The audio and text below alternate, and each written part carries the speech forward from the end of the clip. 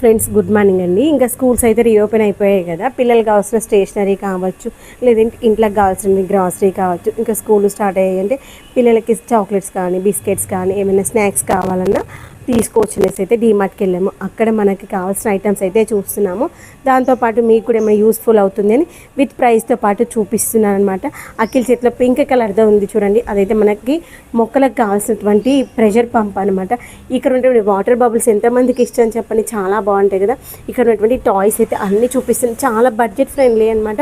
ఇలాంటి టాయ్స్ మనము పిల్లలకు కొనిస్తేనైతే క్వాలిటీ అయితే చాలా బాగుంటాయి. అక్కడ ఉన్నటువంటి బస్ పెన్సిల్ బాక్స్ చూడండి. అఖిల్ దగ్గర అయితే డీమార్ట్లో ఉన్నటువంటి ప్రతి టాయ్ కావచ్చు, పెన్సిల్ బాక్స్లు అయితే ఈచ్ అండ్ ఎవ్రీథింగ్. ఇదిగోండి ఇప్పుడైతే రూబిక్ క్యూబ్ తీసుకున్నాను అనమాట. ఆల్రెడీ ఉంది, అది కరెక్ట్గా మూవ్ అవ్వట్లేదంట, అందుకని కొత్తది తీసుకుని ఇప్పుడు నేను చూపిస్తున్నాను. నాకైతే బాగా నచ్చింది అనమాట టాయ్.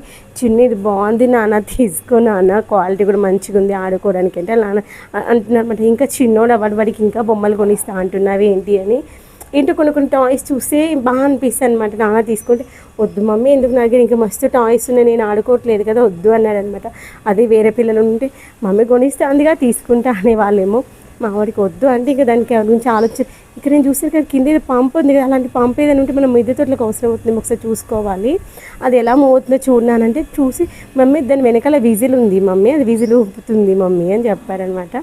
పిల్లలకి మనము ఎవరికైనా గిఫ్ట్ చేయాలన్నా చాలా బాగుంటుంది. రిటర్న్ గిఫ్ట్ కావచ్చు, లేదా మనం గిఫ్ట్ ఇవ్వాలనుకున్నా మనం అనుకున్న బడ్జెట్లో ఒక 3-4 టాయ్స్ అయితే వస్తాయి కదా. మినిమం అయితే 500 రూపీస్ పెట్టాలనుకుంటాము, 500 to 1000. ఆ ప్రైస్లో మనం ఒక 5-6 టాయ్స్ కొని ఇచ్చామనుకోండి, చాలా బాగుంటుంది. పిల్లలు అయితే మంచి హ్యాపీగా ఆడుకుంటారు, ఎంజాయ్ చేస్తారు. మనం డబ్బులు పెడతాము కానీ డబ్బులు ఇంట్లోకి యూజ్ అవుతాయి, వేస్ట్ ఏం కావు. కానీ పిల్లలకి ఇలా టాయ్స్ కొని ఇచ్చామనుకోండి, పిల్లలు అయితే మంచిగా ఆడుకొని ఎంజాయ్ చేస్తారు కదా.